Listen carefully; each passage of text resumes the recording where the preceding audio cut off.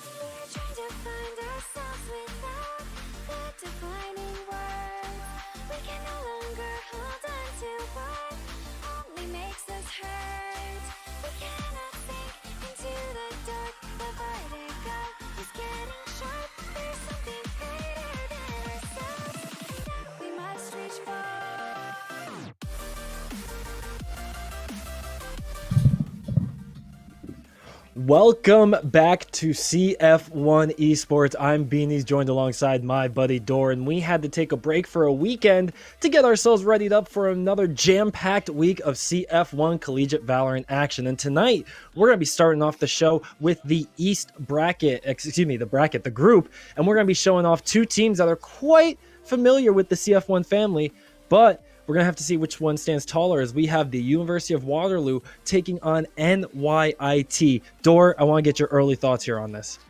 Okay, I mean, straight off the bat, we're asking for early thoughts. I'm looking at University of Waterloo. This is a team I expect to make a statement. We know this team is strong. We know this roster can put up numbers. NYIT, on the other hand, struggled a little bit versus Clemson, which that's fair. It's Clemson. They kind of been slapping people around with good reason.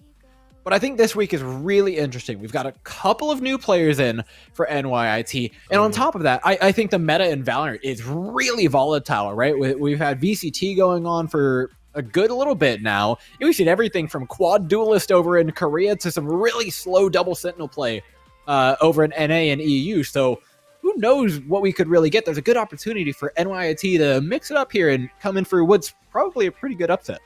Yeah, exactly. An upset because we both have our own feelings about this match, but I think they both agree that Waterloo is looking like a very strong favorite here, just looking at their track record so far in this spring competition. Waterloo pretty handily had beaten down their opponent at a score of 13-3 and 13-4, excuse me. Sorry, it's all those low single digit numbers. At that point, you're just cherry picking those rounds apart. But nonetheless, Waterloo showing up to be a very scary team to go up against. The name that shows up in both of these leaderboards here, I want to point out, is actually Toph, a duelist player here for the University of Waterloo, topping out the leaderboard in both games, not just for their own team, but the lobby leaderboard as a whole. So Toph looking for 3 straight maps, getting that lobby MVP. We'll see if he can do it. And so far, both games have been on the Jet, which some people may have been a little more afraid to step onto her given the recent changes about a week ago with the smoke getting a reduction in the time from 7 to 4 seconds. But honestly, when you get to the level that a lot of these players are at, Dor, I feel like that change may be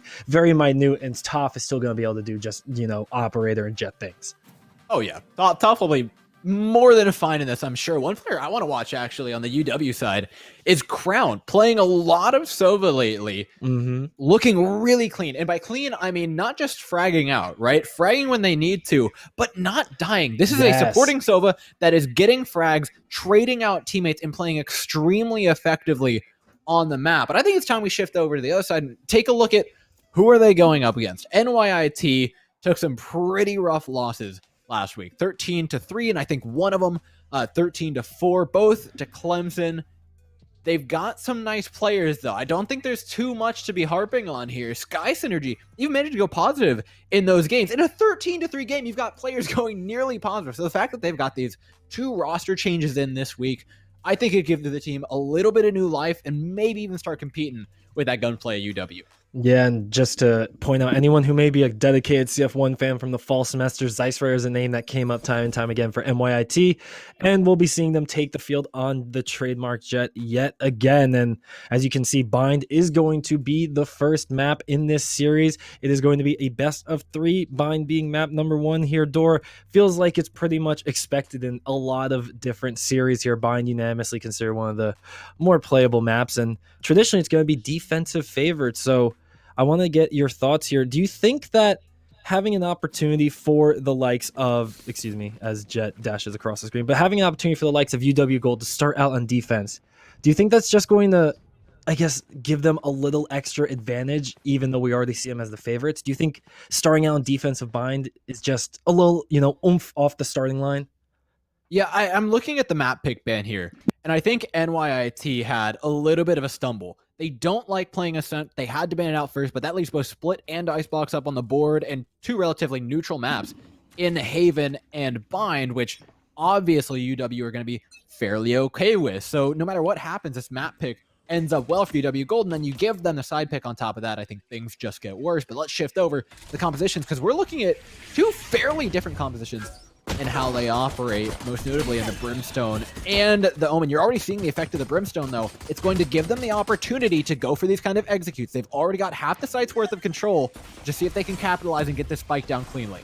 And Dor, something to point out is that they committed all 3 Brimstone smokes to this initial take, and that's actually going to be Acid Land going down to Crown, the player you pointed out, landing a very nice shock arrow, giving us an early spike plant here. But NYIT, they may have gotten the spike down, but they are going to be falling soon afterwards, one after another. It's like toy soldiers just falling in a row, and there's only 1 member left. ZeissRare going to meet the same fate as the other 4, and that's going to be UW Gold taking a flawless here in the pistol. This frenzy meta is just brutal to watch, man. They just got more bullets than I you. love the frenzy. I've got to give my hat off to the Raisin Silva combo, though, of UW Gold. Actually, both had lineups ready to counter that execute on a default spike plant. They both went through. The Brimstone goes down, delays a spike plant. They can't get good post-plant positionings, and all of a sudden, NYIT is knee-deep in water that they effectively created for themselves. They're going to have to find a way to bait out that utility from the Raze and the Sova a little bit earlier before going for those executes. So that means playing standards. That means trying to push and prod around different sides of the map. That means rotations. And right now, it doesn't mean a force up from NYIT. We'll see him shift over towards the B side, but there's a 3-man stack outside long. They're going to have to be pretty wary of. This will be hard to spot out. They've got this nice little setup between the Omen and the Sova. The second the Sova sees somebody, Omen Paranoia goes through the jet peaks, and there's the kill! A beautiful combo by UW Gold in the perfect setup. Oh my gosh, and then followed up, Ichiro going to be getting the 2-piece as well. So 2 members getting 2 kills each. Who's going to get the 3rd one? That's going to be Toph with the frenzy, and oh my gosh, Dor, you were lining it up perfectly right there with the Paranoia. Toph comes in, peeks the corner, nice little shoulder peek, getting the kill. Going back for round 2, getting the 2nd, and it just looks so easy for UW Gold. Yeah, I love a good utility setup, and this is one of the main reasons why you would still be running an Omen. Yes, those smokes are slow. Yes, the universal capability is a little bit down. The Brimstone, a lot faster, a lot better for getting those executes through, and arguably a good bit better on the attacking side. That Omen still offers some extremely deadly setups, especially here on Bind. You'll see they actually line up for something relatively similar here. This time, actually choosing to push out for a little bit more value than they might otherwise get, making their way back towards Hookah. Nothing to be found on the A side, and honestly, UW Golder walking in blind here. These defenders have very little idea what's actually on the other side of this wall. And Hookah is going to be giving a little bit of a smoke screen here, going to cause a little bit of that confusion to just force a little hesitation, a little delay, as Crown is just sitting here waiting for the prey to peek the corner, and that's going to be 1 taken down with a nice little stinger elimination by Crown, just keeping this bonus round in the favor of the defense. But Sky is going to try and do their best to make sure that NYIT does not go down 3-0, and that Goose no. Vex going to run face first into Kronos, but Toph done playing around here. Gonna land 1, gonna land 2, and that's Razi following it up, and then Toph gets the 3rd, and just like that, a round that looks so good for NYIT flips 180 and goes right in the hands of the Waterloo squad. Toph is a monster. Beanies, look at this. It's clinical, it's surgical precision with these knives. That is absolutely ridiculous attacks onto these players. You're looking for more. I mean, there's a small issue there from NYIT, and one that you really need to be looking out for when you're playing specifically a Brimstone, is that you gotta get that spike down ASAP. I know they do have the Raze utility, they do have the Sylvia utility to throw at you, but if you're not going to spend the time baiting it out, that's just the bed that you're going to have to lie in, if you've made it for yourself. Now I'll push out mid, though, from UW. Golden leads itself to a little bit of information. They're not done with just that. Razi is there. He might beat him out. ZeissRare will manage to trade that. Unfortunately, moving towards an empty site. Do they know there's someone behind? No. It's an easy tap for Vex. Looking for more in the middle of the map. And UW Gold continue to splinter apart the composition of NYIT. Toph is just making this look like mincemeat right now. Going to be landing 1, trying to get the 2nd. Bucklow Pingo going to be getting a nice little tap there with the Ghost, but unfortunately turn around the other side. Ichira going to be showing up, causing a little damage there, getting the 4th round under the belt of UW Gold. And after a round like that, you got to be hoping and praying NYIT is feeling a little reset there, going after an eco. You know, now you have some weapons, you have full armor, you can really go at it on an even playing field here again. So Dor, your NYIT, how do you break this goose egg? How do you get that first tally mark on the board? I think pretty clearly you want ZeissRare to be utilizing this operator to the best of its ability. You want to be finding out where these pushes are coming from, because, you know, round after round, there have been pretty aggressive positions being taken up by UW Gold, and they suspect it'll be bathrooms this round. Fortunately for UW Gold, it won't be in that direction. So The question is now, what are we doing as NYIT? And I think you have to lean into that execute and then use the jet to really hold on to that site control when you get it down. And that's something that we really haven't seen NYIT struggle with all that much, if we're being honest, right? They've managed to get at least onto the sites a lot of the time. But by the time they do, there's players behind them, just like now. Ichiro going for the long con, even wrapping all the way towards this bathroom side. This push has got to come in quick, and they've got to watch their 6. Ooh, Toph is going to be holding down that A short with the operator. A fresh new skin going to be getting the fresh new look here. And right there, going to be taken down. Acid land Toph, landing the first killing blow. And that's just going to blow open this entire bag of tricks. It's going to be UW Gold getting 4 and make that 5. Another flawless round coming out from the Waterloo squad. And they are making short work of the Cybears right now. Yeah, I think one of the big things to note there is the fact that NYIT have not seen this operator yet in that round. And so when they're walking into that round, they say, okay, we're going to throw down 3 smokes dead across the center of site. That means Heaven has a completely perfect view down, but you're betting that your operator can lock down that angle. Unfortunately, they didn't know that Toph was staring right down the barrel at them and ready to shut that play down. 5-0, UW Gold setting the economy of NYIT back. More confidence as well as we see a 3-man push out B long. This push from NYIT has got to be fast. They're lined up for an execute here. They've got a decent chance of making this work, but they've got to go pretty soon. Yeah, but unfortunately, they're just going to run into a brick wall. Vex getting a 3-piece before he gets dropped there by Acid Land. NYIT going to have to put their hopes and prayers into this Brimstone with just a stinger, but Rodzi going to be taking him down with a quick work headshot to Acid Land's dome, giving us a 6-0, and Waterloo yet again firmly in control. And I mean, no surprise, you see Toph topping out the lobby leaderboard. Hey, let's be real, man. Right now, UW Gold look unstoppable. Yeah. 2 deaths at most on these players. They're confident, they're bold, they're making moves around the map. And this isn't just individually, no, I'm just going to peek it and go for it. Vex was supported by their teammate in that round. And then pushing through B, we saw 3 members making their way out long. It's not like they're just peeking these angles for free. They're playing it smart, and they're getting a ton of value out of it. It'll be another long push this time. They found that tends to be the open angle.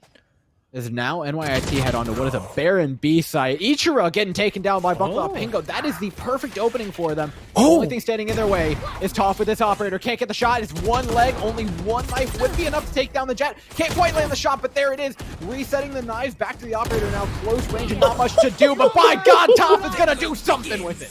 Toph is trying to do anything that they can, looking to find any magic to come out of that hole, but it's going to be actually Toph sent packing 6 feet under into a hole, leaving just Vex alone on elbow, having to take down 3 members and get the spike defusal. It's going to be left in the hands of this lone Raze here. Going to peek the corner, find one, does land with some pre-fire. Is going to see another one just for a moment, take out the showstopper, but unfortunately Kronos stops Vex in their tracks, giving UW Gold their first round loss, and NYIT are getting themselves on the board.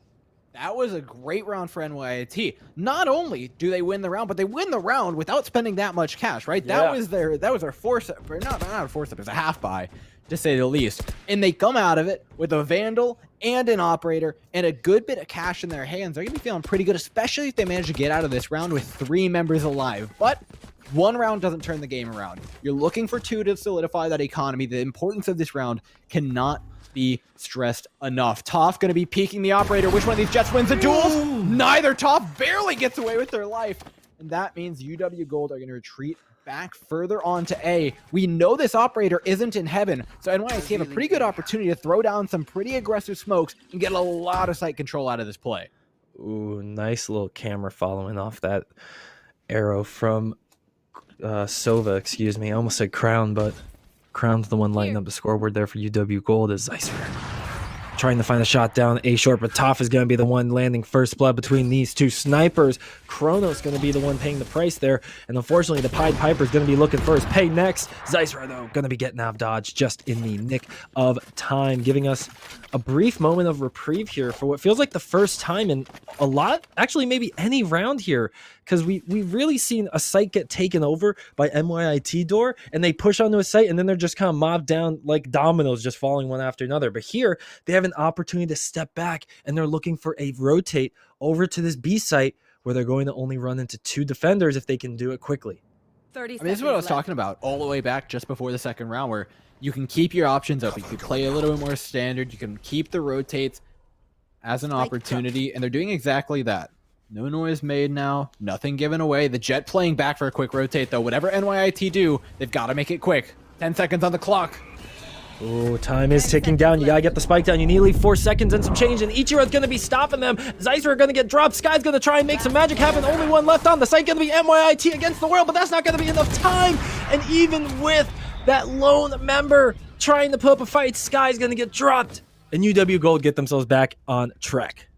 You know, for this game being as one-sided as the score is, I feel like NYIT, in every single round that they're getting onto these sites, that they're at least executing, that they're going for an objective, and at least getting a decent bit of the way there, there's at most 1 to 2 concepts really holding them back from making it. There it was time. Sometimes it's a little bit of hesitance. Sometimes it's watching their back. Sometimes it's map control. Sometimes it's not putting your smokes in the correct place. Sometimes it's not getting the post plant positions quite right. Sometimes it's not baiting out utility. But every round, it's not multiple of those. It's really just been one. No, Sky, no! Oh, that hurts. I really like the attempted strafe peek, but nothing to be had. There are 2 members holding in hookah, and this round's looking like a wash for NYIT pretty early on. Oh, yeah, it's not looking very good. 2 members left, and that's going to be actually Acid snuffed out, as we mentioned it. Caster Curse striking that poor Solon. Bucklow Pingo going to be giving us a masterclass on the Frenzy right here, showing off what that sidearm can do, taking down Rodzi, but giving away their location now. And it's going to be a 1 versus 4. You know what? Scratch that, making it a 1 versus 3, almost a 1 versus 2, but Vex able to eat the few shots that they took and land the killing blow down onto NYT. Bucklow gets that one, and I'm a believer, dude. He had me. He almost had me. I was like, wait a minute. I had faith. No, yeah, not quite enough to get through, but you can tell the scoreline's actually getting a lot closer. The players for UW Gold are actually dying every once in a while, and that's what we like to see for NYIT. Again, that hasn't been translated into score quite yet, but like I said, these rounds are, weirdly enough, a lot closer than they may be seeming at first glance. The issue that NYIT, I think, are coming across a lot of time now is figuring out where this operator is playing, because they've just been literally everywhere on this map. And no matter what angle you're peeking initially, you're scared of that happening. Toph just taking you down, regardless of whether or not it's A short, whether or not it's bathrooms, B long, literally everywhere you go.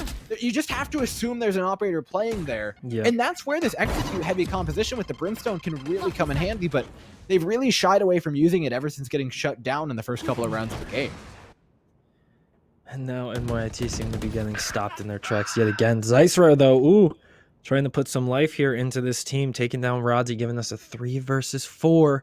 And yet again, the spike is being controlled on this A short, but Acid gets taken down by Vex. Now UW Gold in full control of not only this spike, but this round. But a rare sight. Toph actually going to lose that duel against Bucklow Pingo, giving us an actual chance for UW Gold to drop this round here. They don't have their star player. They don't have their operator. And Zeisrer trying to take full control of this on the site, going to find the duel, take down Vex, giving us a 2 versus 2, but no, Bucklow Pingo goes down. He goes down with the spike. He goes down in clear sight of Ichira. And now, with only 25 seconds left, Zeisrer has what? 30 HP. An operator, and has 2 enemies in their way. I think they're going to be going for a save and look forward to the next round here, Dor. I don't know if he tripped and fell into the teleporter, if it was just a miscommunication, but having one player all the way across the site from Yone, you know there's somebody there. The odds that you two actually link back up after going through a teleport like that are slim to none. NYT cracking a little bit under the pressure, but it would be nice for them to get away with an operator. Zeisser has clearly proven that they can use it to some good effect. Be careful peeking that. There could be someone around that corner. Fortunately for them, there won't be. 9-1. An operator is the epitome of going home with a participation trophy for that round, though, because this score is about to hit double digits, and that is beyond dangerous. The one thing that I think could really breathe some life into this team, let them get a couple rounds up on the board at least before they go out in map 1, would be this operator allowing them to find some sort of foothold. And to me, in my head, that's beating out Toph. Even without an operator, this Jet is beyond deadly. Yeah, and you can see there on the scoreboard exactly how deadly they are. Toph walking into the line of fire when an arrow sent behind them. And you don't screw that. The entire team is just going to walk into the line of fire. You got kills coming out left and right here for UW Gold. And now it's leaving NYIT's remaining 2 members scrambling, I guess, just to find what they need to do to win a round. And you know what? It's not looking too promising, my friends. You got 1 member left. Sky is going to try and pull this from the depths. And if anyone's going to do it, it will be a Reyna. The outplay potential is absolutely enormous with this agent, but you got to make sure you find the right gunfights with the Stinger, and that's going to be 1 peek coming through Sky, running into a source site. Toph going to be getting yet another elimination there in the round, in the game, giving us 1 single round left in this halftime.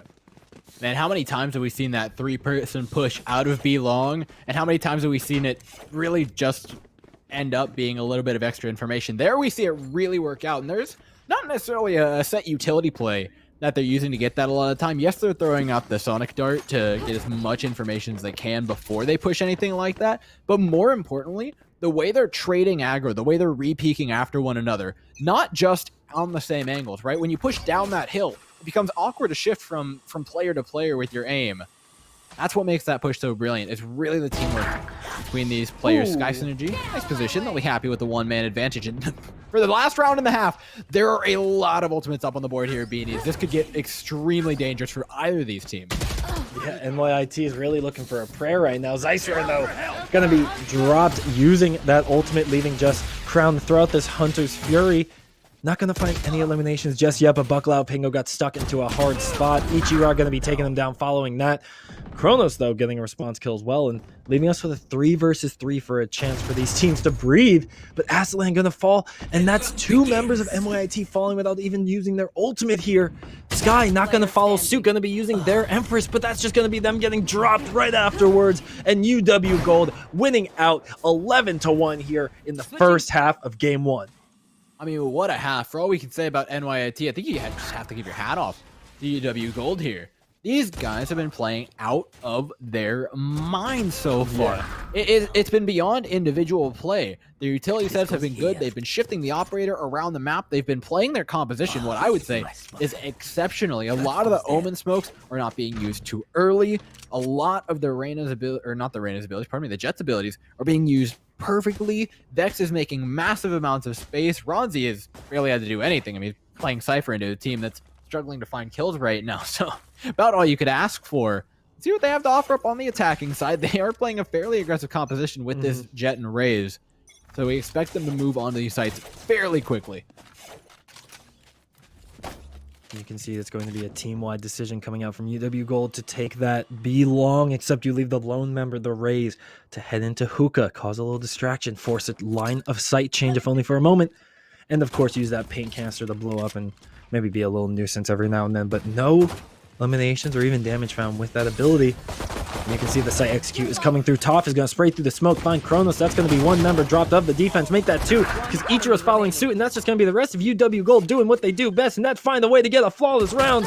And with only Zeisser standing in the way, Crown is going to make that dream come to fruition. Both pistol rounds in this game, flawless from UW Gold.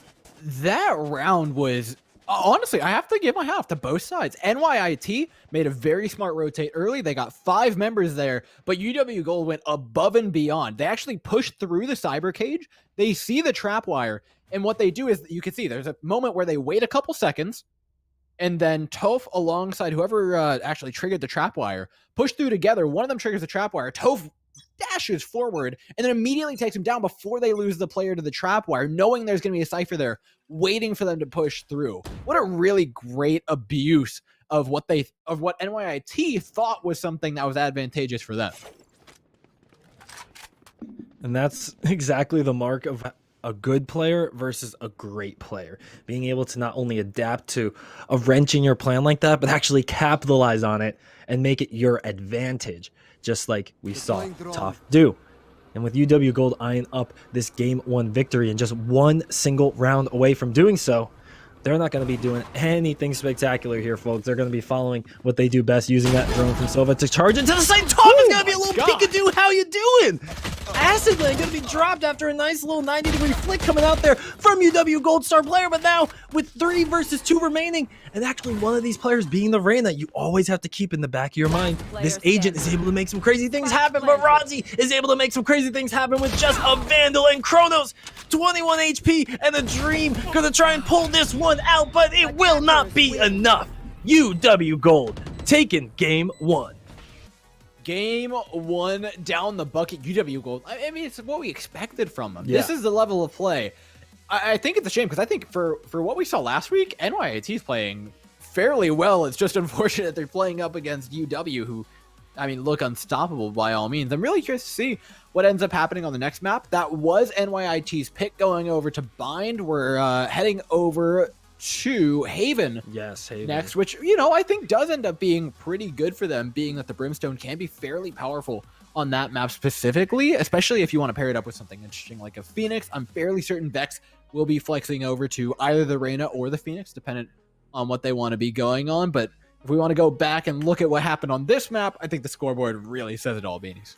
Yeah, and something I want to point out, you know, even though we have the obvious Ichiro and Toph leading off the board, I thought you made a really good point at the top of the show talking about Crown, and look at that, a 9-4-5 scoreline, not even breaking double digits. She doesn't die. But look at that, able to top out against Vex, actually, who had more kills, but it's about Crown, and you said earlier, Crown's able to stay alive through these rounds, find value in later round kills, find value in staying alive and getting those cooldowns back up. And when I'm talking about cooldowns, I'm talking about that recon arrow being so useful, not only on taking a site, but defending it as well.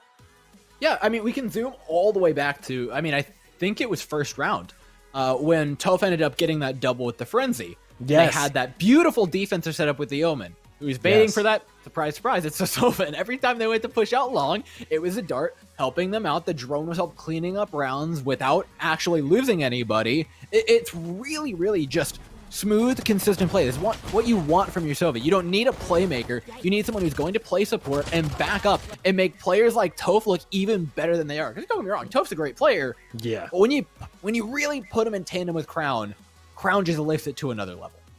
Exactly. Every great hero needs their supporting cast. There is no Batman if Robin doesn't do what he does best. And you see it here first and foremost, folks. The University of Waterloo squad is really putting on a showing for why they are the Justice League of this competition. But we'll have to see if they can get themselves into game number 2 with the same kind of confidence and momentum, because after this break, we'll be seeing who wins out on Haven. Don't go anywhere. More CF1 is coming at you soon.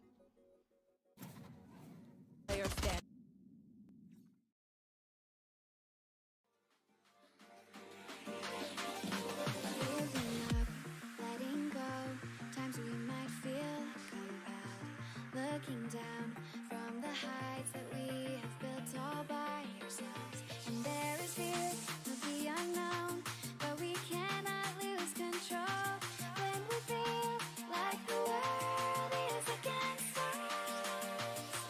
We're trying to find ourselves without the defining words. We can no longer hold on to what only makes us hurt. We cannot sink into the dark. The vertigo is getting sharp. There's something greater than ourselves that we must reach for.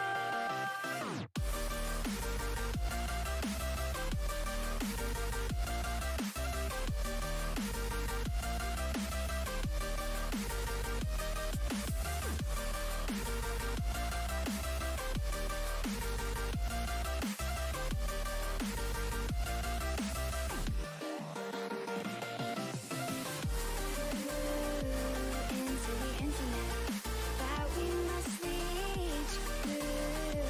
Into the infinite that we must reach.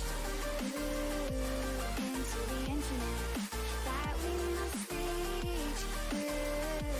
Into the infinite that we must reach.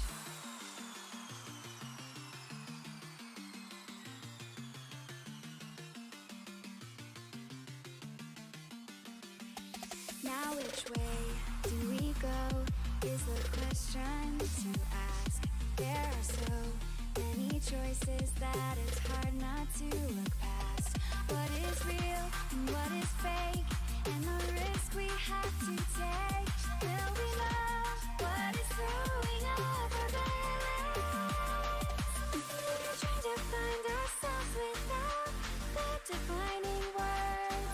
We can no longer hold on to what only makes us hurt. We cannot sink into the dark. The vertigo is getting sharp. There's something greater than ourselves that we must reach for.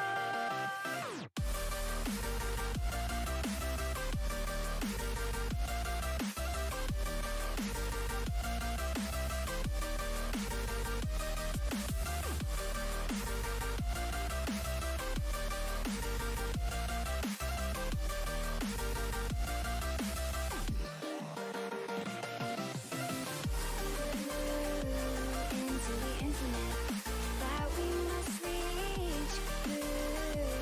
Into the infinite that we must reach.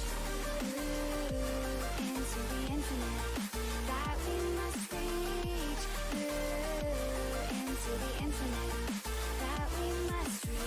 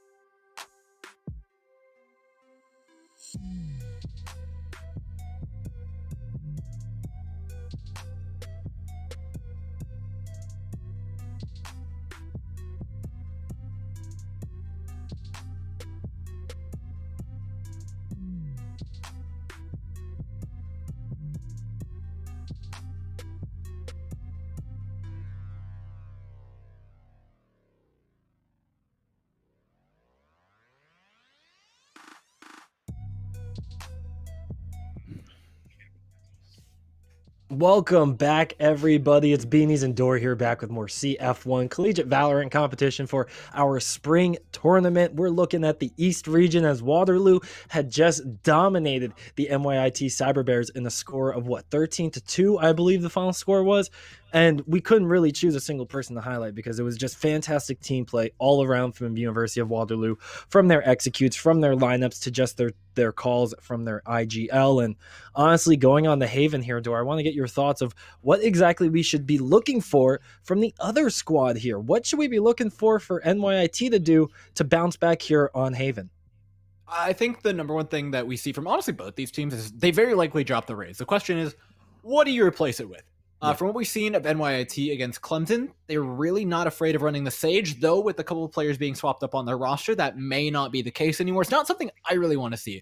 I don't think the Sage helps you. It may mitigate a little bit of the aggression, but slowing UW down is only going to slow the inevitable from coming your way. I think you need to find advantages. I think you need to play confident, and I think that involves swapping out either a Phoenix or a Reyna and keeping that Brimstone in. I'm a big fan of it here on Haven. I think it has a lot of unique angles and unique uses that the Omen can't quite do, although the Omen is good for covering that long distance that is the entire map. The Brimstone offers things like some pretty interesting executes, like some smokes that can come out on the C site, on the B site, where you're utilizing your Reyna or your Phoenix to its best of the abilities when you're flashing out of those smokes to really create some awkward situations for the defenders, who oftentimes are very used to close spaces. You can really turn or open spaces rather, you can turn the closed spaces where they've got no choice but to face your flash.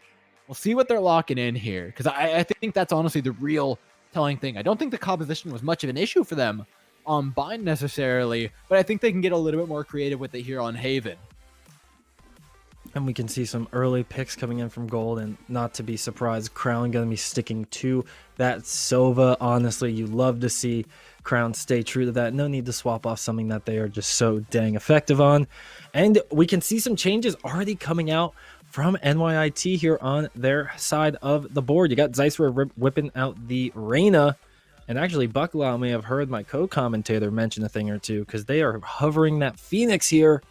But as we let the time tick down, we are seeing a lot of discussion coming out from both of these squads.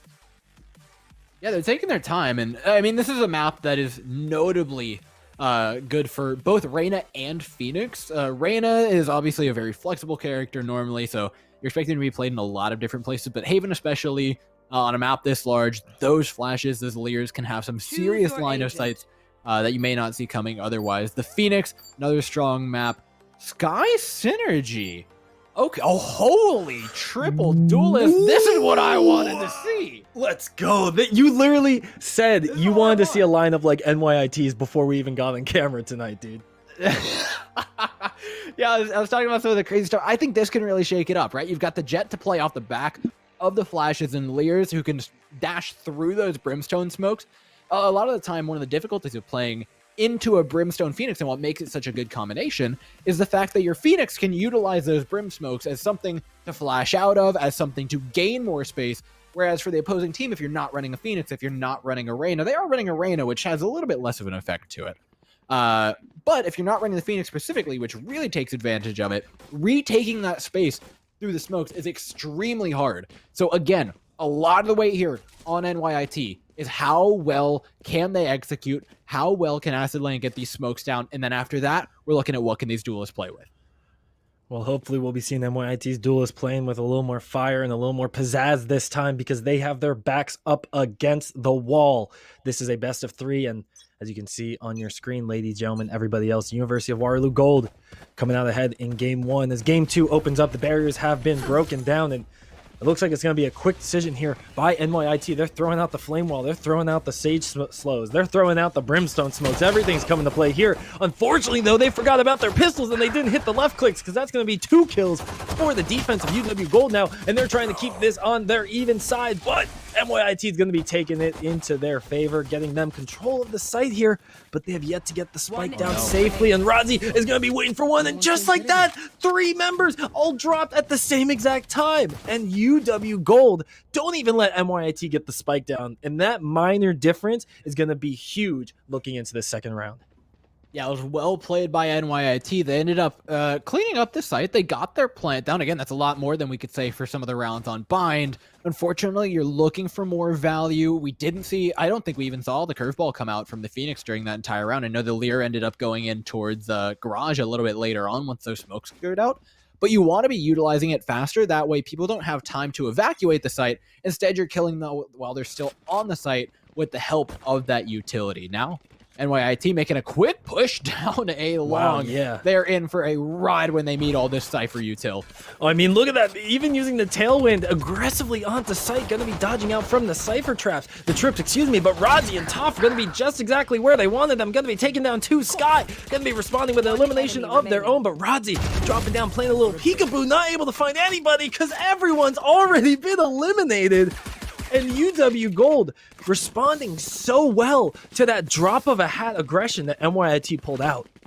Yeah, this is what we expect from Razi. We didn't get to see much of them on the previous map on Bind because A site wasn't really NYIT's cup of tea for a lot of the time, and when it was, they were barely getting halfway there. But this time, that utility becomes a lot more deadly because Cypher can lock down, realistically, any one of these 3 sites if he wants to. And with that camera staying alive through the entirety of that round, it honestly just became a death trap to walk anywhere near it. This is the round that matters, though, for NYIT. They get a couple weapons in their hands, and they're creeping around towards the center of the map. You can see the Sage and the Jet both keeping eyes behind them. They're keeping good map control. This is the smoothest approach I think we've seen NYIT have to a round, but it might just get thrown astray if this Bucky gets something. Toph missed 2 shots. Each of them could have been an elimination in their own right, and that's going to actually give Zeisfer an opportunity to give NYIT what feels like their first agent lead of this map. And now Zeisfer trying to find some more eliminations, but not going to play that correctly. The recoil was a little too much to handle. Acidland, though, responding, keeping this advantage on NYIT side, and they're going to be choosing to play it on B side, but Rodzi spraying through the smoke, going to find a little how you doing there, and then Bucklow Ping gets dropped to 17 HP with a beautiful shock arrow. And one after another, the NYIT members are falling after, again, a very nice start to the round. Ichira gets caught with a little bit of utility out in the open, and Rodzi, with 4 HP in the dream, going to be peeking out from this smoke. And remember, folks, he only has 4 seconds. He turns. He doesn't spray in the right direction. Sky gets NYIT their first round on the board. My hat is off to how Sky is playing this Jet so far. You just played a game where I don't think I saw anybody over like 6 or 7 deaths on the opposing side. And you've got the cojones to be dashing into this team basically on cooldown, right?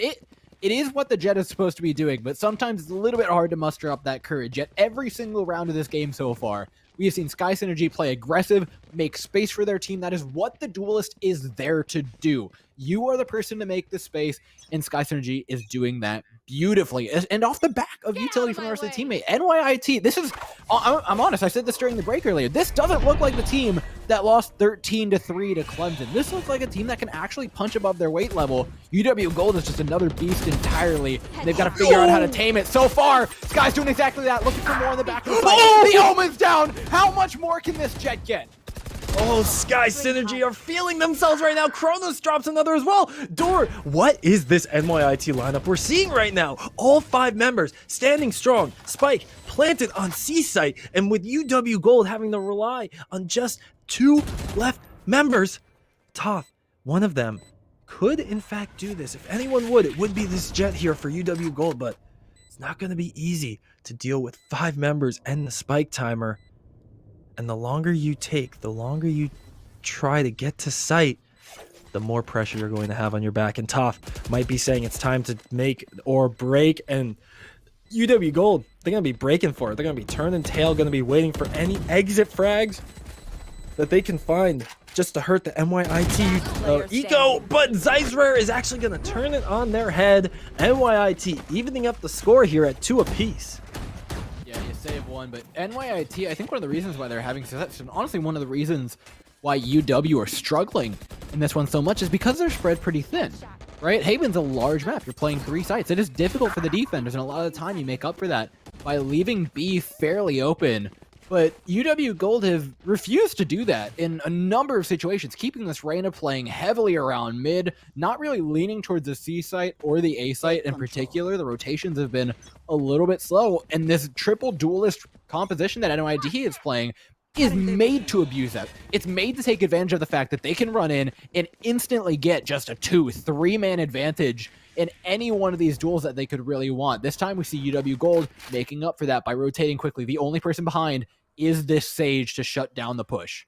And I'd love to see NYIT go ahead and use Zeisver's Empress here aggressively. Kronos going to fall early, but I'd love to see if they can keep the pedal to the metal. Keep UW on the back foot. Zeisver is actually going to drop his counterpart on the Reyna while she had her ultimate, the Empress, active. And now Zeisver using the ultimate, not going to find any elimination. That is absolutely dreadful to see from the NYIT duelist. And with 2 members, no, you know what? 1 member. Sorry for even speaking right there, buddy. That's going to be a quick elimination to the head. And then Ichira is going to be the one to finish off the round here for UW Gold, who find their footing and are able to get back in the lead. Yeah, for as much of a menace as this Jet has been, I think we can't ignore the fact that Rodzi has been ruling with an iron fist over this A site so far. Playing up in heaven, up in his ivory tower with whatever weapon he deems fit to take down, to strike down his foes. It's just been beautiful. The cameras from Rodzi have been extremely well placed, extremely varied. And NYIT, whenever they've been pushing A, are struggling to find them. And they're getting so much value. It's ended up in Rodzi finding numerous kills through smoke. So while that Brimstone is extremely effective at getting those duelists in, remember, they can't see through the smokes either. And when you've got the Cypher Cam still up, well, he doesn't really have to deal with that problem. This time, a little bit more spread out again. Sky Synergy making a pay. Toph goes down, and not to mention, with an operator in hand, Seen him capitalize. It's a quick B push. They got this shut down by Rodzi last time they did the exact same thing. Util isn't quite there, and they're learning from their mistakes. They're adapting as this game goes on. The wall goes up, half the spike has been shut down, and now 4v2 in a post plant is the best situation I think we've seen NYIT in all night. NYIT looking like a totally different team here. But Rodzi reading Zeisler like a children's book. The picture's way too clear for Rodzi to miss that shot. And now another one going to be showing up into frame here. But Rodzi not able to find the snapshot in time. Does in fact, though, find Kronos' head right there. A beautiful shot onto the dome. But Acidland returning the favor. And Vex sitting out here alone. You good, bro? On C site. Might be... just contemplating life and reevaluating, you know, what am I doing? How did I get here What food am I having after this match? How did I get stuck on a battlefield that I endlessly have to keep dying on? Oh my god, that's close. Calculated, I think, would be the better term there, Door. Is this an AFK? Do we need a pause? No, still running around. Okay, tech pause. Tech I think pause, we're making sure. All right. Don't know what was up with Vex, but that got a little bit dicier for NYIT than I think they were really comfortable with in that last one. Still 4v2, good odds heading into that. And for a B plant, I think that's a lot of time the best you can ask for. You're heading in with even weaponry. It's not like you're running into pistols or SMGs or anything small that's relatively easy to overwhelm. Playing into rifles on B is a dangerous game no matter how often you want to do it. And honestly, I'm surprised that NYIT have been going for it so often. This team exudes a lot more confidence than you would expect for one that's been taking such hard losses. Yeah, exactly. And I think you've done a great job at illustrating it. This is a team that's hitting above their weight class. They're doing a great job at showing UW Gold that they need to really put their best foot forward here. And it's fantastic to see it's on these agents and on these gun choices like Sky with this operator, taking it to Toph. We mentioned Toph topping out the leaderboard in both matches in their previous series, getting dang close to topping out the leaderboard last game if Ichira didn't pop off. And Toph is going to be a tough task to get past. And Sky really stepping up to the plate here on the Jet duel, going to be asserting dominance over Toph early on. And we've seen so far this operator in the hands of Sky can be quite deadly, but I still think, Dora, that there are going to be a few issues they have to get solved out. And I think one of the biggest things we've seen is just NYIT could have been ahead, I think, another round or two, but they just happen to miss these slightly off gunfights, these slightly off shots. They barely just lose out against the likes of UW Gold. And it's happening a lot less in this map than we saw in Bind, but still I feel like UW Gold they have that slight mechanical edge that might be inching them just ever so forward past NYIT. I mean, you're always going to be wanting more. But what we asked of them in the previous game, right? We said you need to understand your composition. We need to understand how to shut down this operator without actually having to duel it. We need to understand how to deal with the various setups that UW Gold are sending at us. And with that, NYIT have come into a different map. And what we asked of them was understand your composition's win conditions, right? How do we utilize this composition to beat out the opponents? And right now, a lot of that win condition is by playing fast and overwhelming how thinly spread UW Gold have been for a majority of this game. They've done that extremely well. And as long as UW Gold aren't able to figure out how to capitalize by shifting this Cypher around the map, playing a little bit more differently with the Sova, a couple more set arrows across the place, would really be helping with that. Some counter aggression from the Omen and the Jet, like we saw in the previous map, would really be helping them. We've seen the pushes be successful from UW Gold, but as long as they're not doing that, NYIT have done what we asked of them last game, and that's the reason why they're having more success this game. And like you pointed out, yes, UW Gold are a very strong team in their own right. There's something to be said for their individual gun skill, but what we're seeing now is that it can be overcome. And for NYIT, an even score is more than they were asking for, I think, even coming into today. Very much so, exactly. And actually, to that point, anyone in chat who has yet to do so, you can predict the poll that has been posted here. If you think NYIT is going to snag at least 4 round wins, make sure you wager some channel points there in the chat. Throw a little extra pizzazz to see if you think NYIT is going to put up a heck of a fight here. And as that tech pause does come to a close, Vex is in fact back. So that is very good to see here. UW Gold able to bring back their full 5, and even with a little bit of a blunder right there, not going to be missing too much of a step. You can see the economy here. Only Toph is going to be going with a little bit of a lighter purchase on the Stinger. But a beautiful camera shot here, Doors. We can see C-Site is going to be a quickly chosen execute, and wow, they are really pushing it with that Brimstone ultimate. It's going to be a quick spike plant from the NYIT squad. Yeah, you can see the orbital strike effectively takes the place of what would normally be a flame barrier alongside of a curveball to get yourself onto that C-Site cleanly by taking out the right side of the map. Instead, use the orbital strike. One stop shop. Now you've got a spare curveball for holding down in the post plant, which is really nice, especially when you're playing 5v4 and you're so stuck together. This Phoenix can do a lot to enable their teammates. Oh, enabling teammates indeed. UW Gold are going to be enabling everybody to eat tonight. It's a buffet, and UW Gold's looking to eat, but Sky is saying the prey are now Predator. Zeissrare going to be getting 2 before they get dropped, and then Sky going to be taking down Crown, giving NYIT their 4th round win. And Door, NYIT has taken the lead.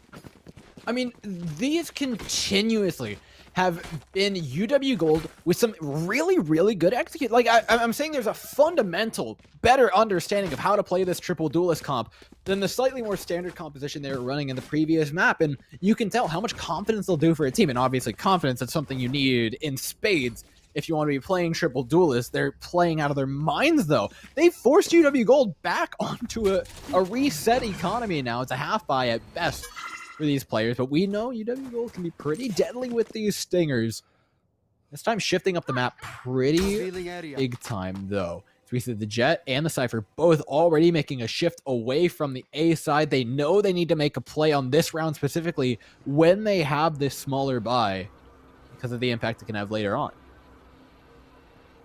Speaking of the smaller buy having an impact, that Sova drone, dang near one of the best bang for your buck abilities in this game. What you can get done with that is outside garage has been safely cleared out by the defense. UW Gold now dealing with adversity for the first time in this series, heck, first time in this season, because every other map has gone swimmingly for them, but now having to fight back against the NYIT Cybears. This offense that's coming out for them is looking day and night from game number 1. The Cybears actually taking their time here, Door, really being cautious about where they choose, but it's looking like they're ultimately going to go to the same location, just a later declaration of war coming out here. Bar Simpson. 30 seconds left. You know, I really appreciate it, though. By playing this slow against a buy that is much lower, Ooh. a lot of the time, it's really hard to hold all of your guns, right? They went to stack one side of the map, but ended up not doing that by the end of the map, or by the end of the round, because, you know, you want to go check out the other side. 12 still a dangerous one, though. Oh my god, he's got 3! There's no time! Oh my gosh, Toth is just absolutely carrying this fight single-handedly, and you're right, there was no time to get the spike down, and it was just going to be left up for the kills, but Zeissrare can't find the eliminations in time, and even though UW Gold loses every member off the back of an absolute hero play from Toth, UW Gold wins the round. I mean, I talk a lot about economy and whatnot, but that's one you can put up on the fridge, but you can't take it to the bank. Zeissrare with 5 big ones, but Toph did more than enough in the round to end it. That's a big one for UW Gold. They're able to capitalize on their buy. They would have liked to keep a couple of those weapons heading out of the round, but it's not the end of the world. They're more than happy with getting another point up on the board. Aggressive Hunter's Fury this time, and this entire point is to get Toph in a forward position. You can see pushing up here through sewers. This is a dangerous position for this Jet to be, and Toph could even venture further on. You're not playing into a Cypher. There's nothing that you're really going to run into here that could be especially dangerous. Yeah, and again, you can see NYIT going with a similar strategy, taking it slow, taking it cautious, but still they really enjoy what Site C gives them access to once they have control. It is a difficult site to retake, that's for sure. You have the sightline controlled, you have the gunplay in tow too. Zeissrare laying a nice elimination as the spike gets planted, and we have a 5 versus 4 here for UW Gold to try and retake off of. And they don't have too many utilities left available to them. They got to try and get through with what looks like Toph's full kit here. And that may be all they have going forward as Toph doesn't get one. He's trying to get a second, but Kronos was in the perfect spot at the perfect time. Ichiro going to be following suit, doing the same exact thing as Kronos, getting 2 eliminations, leaving us with just 2 members alive for each squad. And the spike is down. Defense has to deal with that, but Zeissrare waiting in the perfect spot for that's going to be Ichiro. And as the spike is going to get diffused, destroyed in just a mere moment. UW Gold is going to have to give up this round because it looks like they have themselves Vex dealing with the issues again. But NYIT getting that 5th round under their belt. We're back to another pause, but honestly, we were back to another C round well before that. You know, it's the old saying, man. If it ain't broke, don't fix it. There ain't nothing more to do. Slap a little duct tape on it every once in a while. You'll be just fine. And that duct tape has been the orbital strike whenever they get it up. Yeah, I guess we'll toss this in to clear out half the site every once in a while. But the C site seems to be working. Even with NYIT sort of leaning in that direction, things have been looking clearly fairly good. I think the Reyna being there would have helped them out a lot of the time in order to have that one more player. But there's something to be said for how clean these executes are on NYIT. Very much so. And it's really a beauty to see the kind of decision making that they have as a team. They're willing to just go for it. They're not second guessing their IGLs like you might see some teams do after a very tough game 1, but they are sticking to their guns, coming out with this triple duelist composition. And ZeissRare is one of these players that's really putting NYIT on their back here. Even in this round that didn't go the favor of NYIT, it was still a great example of what they are capable of doing, minus Toph pulling out an absolute Super Saiyan play towards the end of that. As we get to the end of our tech pause timer, I do believe, but we are still unable to get Vex back into the lobby. We'll have to see if Vex is able to get back in time or if admins are going to choose to go along with the game as is. But no, we do have 2 minutes still on the clock. Yeah, as a quick update to the rule set, this is their final tech pause. If Vex isn't there, they end up playing 4v5. I think they have Vex a is here. total of 4 pauses, a pool of 8 minutes. I'm reading off the rules that I'm being told right now. Point is, I think they've got a little bit of time to play with. I think Vex will be able to make it back for at least a couple more rounds if the internet doesn't cut out again. It's one of the unfortunate parts of dealing with this, but UW Gold, honestly, with 4 players, UW Gold is that scary that I'm like, you know, 4v5 UW Gold sounds like a pretty even match. I mean, you're saying that, but look who's in the lead right now, my friend. NYIT. That's true. That's true. Still able to take control of this game, and they're on the offense as well, albeit Haven being arguably the most even map among all of them. And Kronos! Oh my god, this man must have gone to the future because he read that play like a book, getting a nice double kill right there. And now UW Gold going to have to try and recover from an early deficit, and it starts with Vex making up for lost time with the DCs, getting an elimination, setting this to a 3 versus 4, still in the favor of our offense. But again, you see NYIT going with a little cautious play, but ZeissRare maybe a bit too big for their britches there, going to get caught in the middle of B site, leaving us with every member of the offense on A. And by the looks of it, Gold know exactly what the plan is, and they are booking it to play defense. I love this by UW. I mean, yes, it's 3v3. Yes, I haven't won the round quite yet, but they're playing one step ahead of UW Gold. This rotate shows exactly that. The in-game leading for this team has been swell, but they need more to close out this round. Slow movement up in heaven. The smokes are coming out. Decisions are being made. Sky's going to wait for the peak. Cannot find an elimination from either. And Acidly and Vex each going to get one of their own. Bucko is going to give the advantage over the NYIT in the middle of the fight. And now it's going to be just Vex left alone on the site. They have the Soul Orbs. They have the Devour. They have the ability to use all of their kit. But they have to find the elimination. That's only going to be one. Can they pick up the gun? Can they find the other? They pick up the gun. They find the other. But I don't think the defuse is going to come out in time. And NYIT playing time beautifully, secure themselves a 6th round win. Yeah, my hat's honestly got to be taken off to NYIT there. The juggle of aggression between the two players, right? The Phoenix making noise, juggled then, you can hear, right? Peeks away, the Phoenix is making noise over here. Vex goes to peek that, but the operator's taking shots from the other side. You're just buying time by trading which angle Vex has to pay their attention to. And with that, you get yourself another round win. And the thing is that your economy was pretty okay to begin with, right? They had cash to go on these rounds. So the hit is honestly much larger to UW Gold, who are looking to end that round with a couple more rifles in hand. NYIT trade themselves out in favor of a better economy.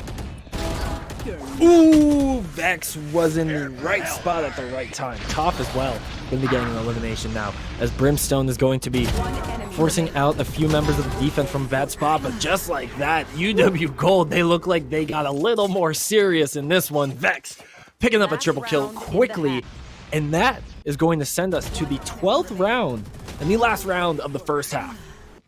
Nice set of 3 and one more opportunity for UW Gold to even up this score defensively. I'm really curious to see what they have to offer on the attacking side. I mean, they're playing a fairly standard composition, what we would call bog standard a lot of the time, right? There's no triple duelist. There's nothing super crazy. They're running Smoke Sentinel, so the Reyna and a duelist. It's about what you expect a lot of the time.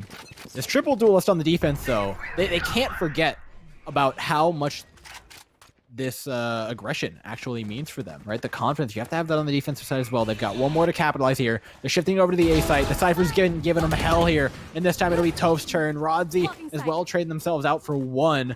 Pressure is on the site. All the trap wires have been found, but there's still cyber cages and utility galore. UW Gold are here. The cavalry have arrived in a clean round to end the half. Means that UW Gold end up going even. Yeah, and those last 2 rounds, UW Gold looked like they were really waking up there. Tired of possibly playing around with their food, as they have evened up the score at 6 apiece. And honestly, if you had asked me if this is what game 2 would look like after that first game, I would not be answering this, because this is really just a testament to what NYIT has been able to do as a team. And you can see here, this is what I was talking about with the wake-up call coming in through UW Gold. You just have such quick, decisive eliminations from them. They knew where their opponents were pushing. They didn't lose a single gunfight there. And now, looking to continue their streak of winning out on pistol rounds, UW Gold, they're setting up with 3 frenzies, and I think more frenzy means more fun, and more fun means winning the round. All right, this is a big round for NYIT. Not just because, it's pistol round, it gets you a pretty good advantage, but because this is going to be extremely telling as to how they're going to play this triple duelist on the defensive side. Because that's a big question, right? You're playing triple duelist mostly for the attacking side. You want to capitalize on that as much as you can. They did a good job of that. There is certainly a long way to go before they can put a win up on the board here. Top is going to be heading into garage, but that's going to be a risky move. Does in fact run into 1 member, and that's going to be 2 teammates from UW Gold drop to sub 20 HP, Reyna and Cypher, but it's actually going to be Top finding the first elimination onto a member of NYIT, and then Ichiro following up with an elimination as well, giving us a 3 versus 5, and my gosh, NYIT just cannot find a break. They will actually get 1, maybe leading to a few more eliminations, but by all counts, it's going to be UW Gold taking yet another pistol round, and they have taken this lead back from the clutches of NYIT Cyber Bears. I'm gonna be honest, Beans. I think this one's just a difference of you gotta hop on the frenzy train, or the frenzy train's taking off. That's what I'm saying, Dor. That's what I'm saying. The train has left the station, and we are heading into round 2, though, where we're going into more heavy weapons for UW Gold, looking to extend this lead. And this is where things get really rough for NYIT, right? You're already punching above your weight level. Yeah. Right? The last thing you want is to be playing at a disadvantage on a lot of these rounds. So they're trying to do what they can with their economy to hold on to this. But if UW Gold are able to capitalize on this, maybe even the 3rd round, if it turns into a bonus, that's when you get really worried, because that's when they start stringing more than 2 or 3 rounds together at a time. Tough. Hoping to make that string happen here. B-side, always a risky choice for the offense. And Kronos actually in a tall task going to be taking down Top from above, but Ichiro and Vexy leading in the charge with their ghosts, or excuse me, ghost specters, as it's just going to be a red kill feed there for the UW Gold squad, with only 1 member of NYT trying to fight back, and Sky's going to try their best to just play a little solid snake action here. Go super stealthy. Doo-doo. Doo-doo. Do do do do do do do do do do do do do do do do. You know, for all the secret spy stuff that's going on right here, there's actually a good bit of value you can get out of this. Oh, it doesn't see around the corner. Don't know that Sky is there. If you pick up 1 here, it's decent value. But if you can knock UW Gold down to 2 players, I know it's a tall ask with the frenzy against these weapons, against these specters, but if you can get that done, a fantastic position to put your team in. That means the bonus round isn't there. Sky Synergy's looking for more, knows they can afford to die to this spike. Wait a minute. Wait. No. Okay. Oh, wait, they did. They knocked down Ichiro because they had to run towards the spike. Wow. So that knocks it down to 2 players, which means UW Gold doesn't get to turn this into a bonus round. Actually, a pretty sizable economic hit that they're taking just for that. You can see now they have to upgrade these weapons to Vandals. Ichiro will likely be buying one up as well. Are they just going to take this as a half buy round? So what this means now is, since they're just trying to turn this into a half buy round, is there's a huge opening for NYIT to come in with Phantoms, with this Ares, and capitalize on an opening that UW Gold have left open by losing that third player. Cage trigger. Exactly that. And this is where NYIT is going to look to make their mark. Just remember, in Garage, it's a lot harder to find value in that assault rifle, because dang it, stingers are real scary in close quarters, and Toph is going to be showing exactly what I'm talking about, taking down one, and that's actually going to be a second taken down by the Jet from the UW Gold squad. The Buck Loud going to be evening up the fight here, getting 2 members down for the favor of the offense. Make that another one here. UW Gold just going to keep rolling through these members. Acidland taking down Crown, the survivalist of the squad, but the offense already reading this and going towards A site, getting the spike down and really putting Acidland on the back foot for this retake. I mean, it's not impossible. We've seen crazier things before, but it's definitely going to be, like you said, a tall ask for anybody in this position. UW Gold lost a fair bit on the way, and honestly, I think the notable kill was on the Jet up on top of the boxes in B. How do you deal with this heaven position, though? I mean, this is just ridiculously deadly. There is almost no way to deal with both of these angles at once. A Cypher and a fantastic one. Throwing down the smokes is a good start to that. I mean, there's almost a guarantee that you just get shot in the head here. There's the Lear. Reyna has not dropped down. You're still dealing with a really tricky double angle. The defuse is there, but Vex has the angle. And UW Gold, fantastic post-plant setup. Honestly, it was a good call on the rotation to A. They made the most of a 2v1. And NYIT are put behind another round. 3 up in the second half for UW Gold. Yeah, and after, what was that? I think the 10th round, when UW Gold lost round 11, round 12, they took pretty convincingly, and since then I feel like they've just been on an absolute tear, not having any more fun with their food, really just looking to secure this 2-0 in the series. And you can really look to the likes of, I mean, Rodzi here for keeping himself alive and always finding value as that Cypher, because we love to see when people play a game like Valorant and they value their life. They understand how useful they are alive, rather than finding that one cheeky little kill. As each are actually going to be finding that one cheeky kill. As I mentioned, they're going to be taking down Sky, giving a nice advantage over to UW Gold, and Rodzi doing just that. So 2/3 of the duelists here on this defense are going to be dropped. Acidland running around with a judge, going to be trying to find a single elimination, but no such luck to be had. And with the spike in control of the offense, all sites feel in control of the offense, and you know what, now the entire map in control of the offense. UW Gold going to be taken round 16 in their favor, getting them to 10-6. Yeah, we talked earlier about how NYIT would very likely struggle on the attacking side, and on the defensive side rather. Yes. Understandably so. You're running triple duelist, it's kind of expected. But UW Gold, I think, have a really good understanding of how to play into this. They're expecting these pushes. That standard that they played, they know that NYIT is going to be looking for value, because they have to make a difference somewhere. Because if they just allow UW Gold to play executes, UW Gold will be taking it every day of the week. So NYIT try pushing out C. They try playing a little bit cheeky with the shotguns. And all UW Gold have to do is not play anything special. It's just play standard and not lose players early on in these rounds. And they'll be feeling pretty good for the rest of this one. If they can keep that up throughout the rest of these rounds, they'll be doing even better. Back to the standard, though. NYIT on rifles this round. 4-member lean towards C, but the spike seemingly headed in the opposite direction. We're about to get the old switch up. Rodzi already sitting on A site, waiting for someone to just peek out of heaven, but it's not going to be when he thought it was. Still, Rodzi able to readjust, find that headshot, take down Buckloud Pingo, and that's going to be A site in control of the offense. UW Gold firmly holding down this spike site, and they have the spike planted. Now, you can see on your minimap, folks, there's going to be everyone except a lone member on the site, and that lone member is going to be the Omen from UW Gold, trying to cover that backside, giving a 4 versus 4. Now 4 versus 2. You know what? I could just keep listing off numbers if you want, because my counting got real good in 5th grade there, folks. But NYIT is really just looking to count up another tally mark here, another scoreboard point, but Sky only going to find one onto top his counterpart, and with the clock still ticking, the spike going down, it's looking too good for UW Gold. And yep, Rodzi with a 4K flexing on NYIT. That's a lie. Beanies didn't learn to read till 9th grade. Where's the lie in that? You know what? You called me out. I can't deny it. Facts. No more lying. It's over. It's over for you. You know what it isn't over for, though? UW Gold. I mean, this is really, really clean play from them. Even if they start losing players, having a Hunter's Fury on A site with the spike down is just going to give anybody hell. And that's going to be the big hurdle, right? If UW Gold hit 12 rounds, all of a sudden, NYIT are playing into a team that A, likely has a couple ultimates still on board for them. But most importantly, that Hunter's Fury, you can get a pretty cheesy little round in just by like pushing down mid, smoking it out, getting the spike down, and then just playing for your Sova ultimate. And it's really going to be hard for NYIT to deal with in any circumstance. Instead, though, use it aggressive. I honestly, not a big fan. When you're so close to the end of the game, there's a lot of ways for them to try and close this out and create tricky opportunities for NYIT to deal with. Fortunately, though, I mean, at least you get rid of that ultimate for NYIT. It's a small victory, but it does matter for them because they're on a half buy.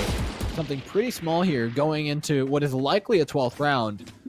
They'll take anything they can get is what I'm saying, Beanies.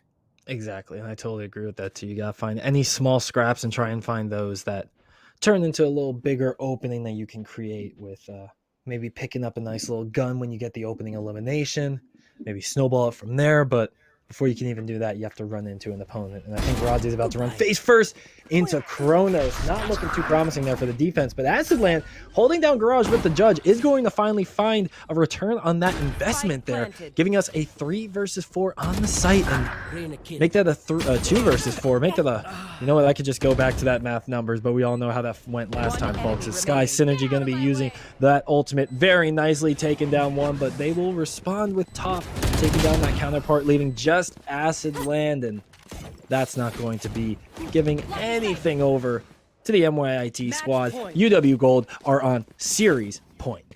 If there's ever a round that they've set themselves up to win on the defensive side, it's this one. They've still got 4 ultimates down, locked and loaded. That's the one thing I want to see NYIT capitalize on. They did a good job of mixing it up with the Brimstone ults. The Blade Storms have been fairly strong, but with a Resurrect and an Empress up on your side alongside this Brimstone ultimate, they should be able to deny a plant, right? Even just when you hear that plant going down, dropping the ultimate, using that as an opportunity to re-engage on the site, anything of the sort could be big for them. As well, Sky Synergy's got an operator back in hand. Holy Bucklow Pingo! Going for it, dripping everything. At least they're starting to use those ultimates. They haven't really found a footing with them quite yet. It's good to know they've got them. Still have 3 more available in this round. Make that 2 more because Acid Land's going to go down with that ultimate still available. So NYIT seeing that, they're not going to let the Empress do the same. And this Reyna from Zeisfer is going to be a crucial member of this comeback. But unfortunately, Zeisfer can't even win the duel against his counterpart, Vax. Vax is going to win out the trade, giving us a 5 versus 3. And with Ichiro securing yet another elimination, it's going to be a tough task to see UW Gold lose this one. NYIT, they're trying to fight back. They're trying to do anything they can, but unfortunately, the shots aren't hitting. The shots aren't landing. And Sky Synergy is just trying to turn tail and run, but unfortunately Tailwind has already been used, my friend, and that's going to be Top, finishing off the final elimination for UW Gold, and they take the series 2-0. I don't think there's much more we can say about that game. I mean, I think it was a good game by NYIT. I think they played better than we've ever seen them play before, but UW Gold continue to be this force of nature that other teams really struggle to deal with. The bind looked great, and their fundamental understanding of how to play into this triple duelist composition worked out a lot better for them on their own attacking side, which is where you're really looking to capitalize against triple duelist in the first place. So honestly, I don't really have that much to critique. The Haven could maybe use a little bit of work in how they're setting up, right? A lot of the setups that we saw on Bind, the utility setups that were getting them a lot of those kills weren't really there on Haven. So maybe it's a compositional change for them. Maybe it's just being able to play a little bit more together and a little more flexibly across the map. But there's really not much to critique here. They look fantastic. Honestly, I just want to second that. Very nicely done by Waterloo, coming out big, tough, topping out the leaderboard again, as you expect. This jet absolutely performs when it is needed. But I think we should also give a shout out where it's due to NYIT. As you said, their Haven came out looking very good. They looked better than we'd ever seen them, honestly, on the CF1 broadcast against a caliber team like Waterloo. And Zeisfer really stepped up to the plate here, putting their best foot forward, trying to carry this team across the finish line here to get us to a game 3. But unfortunately, just were not able to do so. And GG's well played going over to the likes of NYIT. But after we have a very short break here, folks, we're going to be getting a chance to talk to one of the winning members of the University of Waterloo squad. So don't go anywhere. That interview will be back after these break.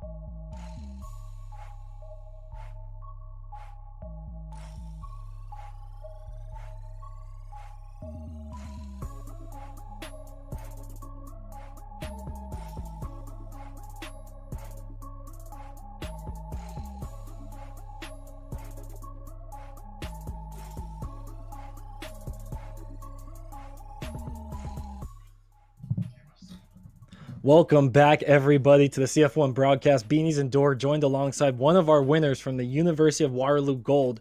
We're joined by their Cypher player. We got Rodzi showing up. Rodzi, thank you for joining us. We're going to start this off with a quick question. Bind was a pretty straightforward kind of map. Going into that map, were you expecting it to be that kind of straightforward? And if not, how did it get to that stage? I mean, I don't really have any expectations. I don't think my teammates have really any expectations because we don't know much about like any of the teams we play unless they're the guys we see a lot. Like I think we've got expectations going up against like Ryerson or some of the guys that we play pretty often, but none of us knew anything coming into this one. We try not to, tracker.gg people for ranks or whatever. So really had no expectation coming in, but we're pretty comfortable on bind. I think, you know, that's one of the ones that we have a pretty decent win rate on. So I don't know if anyone else expected it to go that way, but yeah, I think we were expecting to come out on top at least. Yeah, I think I can speak for most of us when we said we expected you guys to come in being a pretty heavy favorite into this game. Bind was interesting, especially for you. I mean, you're playing on the A side, a little bit resident sleeper for most of the match. Your teammates over at B were getting a lot of the action. Yeah. Switching over to Haven, though, you ended up seeing a lot more and really dominating that A site. Was there any shift that you had to make? Was it tough jumping into the action that you weren't really seeing in the past game? Well, yeah, I think so. You know, Bind, like as you said, is sort of resident sleeper on that map. Like I try to be the anchor like as much as possible, try not to over rotate. You know, that's sort of the role I play on most of the maps. But after, you know, how that map went, it was hard not to go into the second one pretty confident. But, you know, on Bind, I'm just trying to do the most to make sure my teammates are shining. You know, Vex, Toph, all those guys, they're just so cracked. So I'm just trying to, you know, hold it down on that side of the map when they're doing their thing over there. But loading into Haven and seeing their comp, like they have no, you know, Sentinel, like Cypher, KJ. So once we got sort of later into that T side, I just decided, you know what, I'll just walk out A and just do my thing. And it sort of worked out. And I guess another question on that Haven map, with them coming out to such a lead and on top of that Vex experiencing some unfortunate connectivity issues, what was it like for you guys having such a yin and yang kind of experience with that first map, and then second map we end the first half with an even tie? I mean, you know, that triple duelist lends itself to the offense, but what was your headspace like when that halftime hit? Yeah, it was a bit unfortunate. Like, I think we were a bit down in the Discord. Like, you know, Vex was getting a bit tilted just because of the technical problems he was having. But yeah, like as you said, we see the triple duelist comp. We see that, you know, there's no Cypher, no KJ, that we've got a 6-6 half going into our attacker side. So, you know, we were pretty confident either way. Yeah, I like that you guys are able to lock it down now. You guys have confidence in your play. There's a fundamental understanding of how to face up against compositions and how to make yours work. We saw a lot of really interesting utility setups actually come out from you guys, especially on Bind. You guys had all sorts of different mishmashes of ways of throwing out paranoias, the Sova darts, all in conjunction with one another. When you're going into rounds, who's calling us out specifically? Is there an IGL calling all these shifts? Because we saw Tovin literally every nook and cranny of Bind, but every single round, a different player on the team was enabling either Toph or Vex to find those frags. What's kind of the core of that making it work? Yeah, well, I don't know if you guys have casted us before, but we had Damo last season or last term, who is our IGL on Omen, and he's taken, I guess, a backseat while he's looking for a co-op job. So we have Ichira in on Omen, and Damo is also our IGL. So Toph sort of picked up that role a little bit, but we're all sort of contributing to the like start of the round calling. But I feel like the thing that sort of puts all those plays together is Crown on the arrows. Like there's just no chance. Like when he's shooting a good arrow, that's gonna reveal a couple players like Toph and Vex and those guys who are following up. They're gonna capitalize every single time. And then Ichira, he's just putting himself in good spots to blind at least 2 players. So it just works out. Yeah, we were big fans of Crown's work and actively staying alive through these rounds and ending with sub 10 kills and deaths respectively. So really putting in the work on Sova and making sure the team looks good. But I guess we've each had a chance to share some thoughts, ask some questions. But Rodzi, you know, you have the floor. Anything you want to say before we end off this interview? Any thanks, any yada yadas? Now's your chance. I guess shout out Damo. He told me to shout him out, so I'm going to shout out Damo. But shout out the whole team. Like, it's not possible with those guys. Crown's just locking it down. Like, post plant, if he's alive, there's no chance if he's got shock darts and a drone and his ult up. So, you know, shout out to everybody else. They just, you know, let me do the interview, but it's all them. You know, I'm just locking it down on the anchor. So shout out to the whole team, everybody involved. July, we saw that side. We saw you rule over that A site, man. No one was getting in or out without your say so. I mean, I don't know. I guess I got a bit confident this game, but I would call it an anomaly. I don't usually play like that. So Okay. Your day job sounds like you're a bouncer with how much you were protecting these sites, buddy. I'm proud of that. But guys, we've had a chance to watch some beautiful Valorant. We got to see Rodzi and Co dominate in a 2-0, and it's been another great night of CF1 action. And unfortunately, that's going to be at the end of tonight's CF1 broadcast. So tomorrow, we'll be back with more action as we get to see 2 more teams. I don't know who exactly because that's not on my list, but we have 2 more teams playing at 8 p.m. Central, 9 p.m. Eastern Time. I've been Beanies. Dor, I'll let you say your goodbyes and send us off. Thank you guys for another lovely cast. Yeah, it's been a good time. Thanks for popping in, Razi. Thanks to both the teams. Huge shout out to both of you. I feel like both of you played extremely well. NYIT was punching up tonight, and UW look as good as ever. I'm excited to see what they can do next. I'm excited to see tomorrow's match, and I hope you guys are too. We'll catch you then.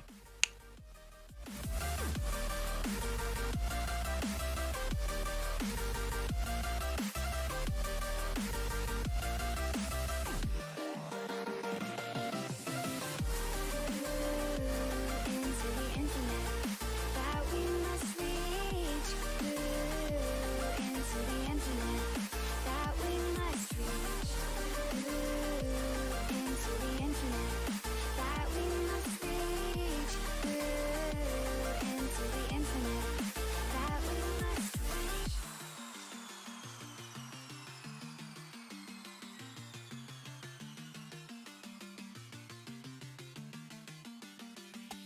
Now which way do we go is the question to ask. There are so many choices that it's hard not to look past. What is real and what is fake, and the risk we have to take. Will we know what is throwing off our balance?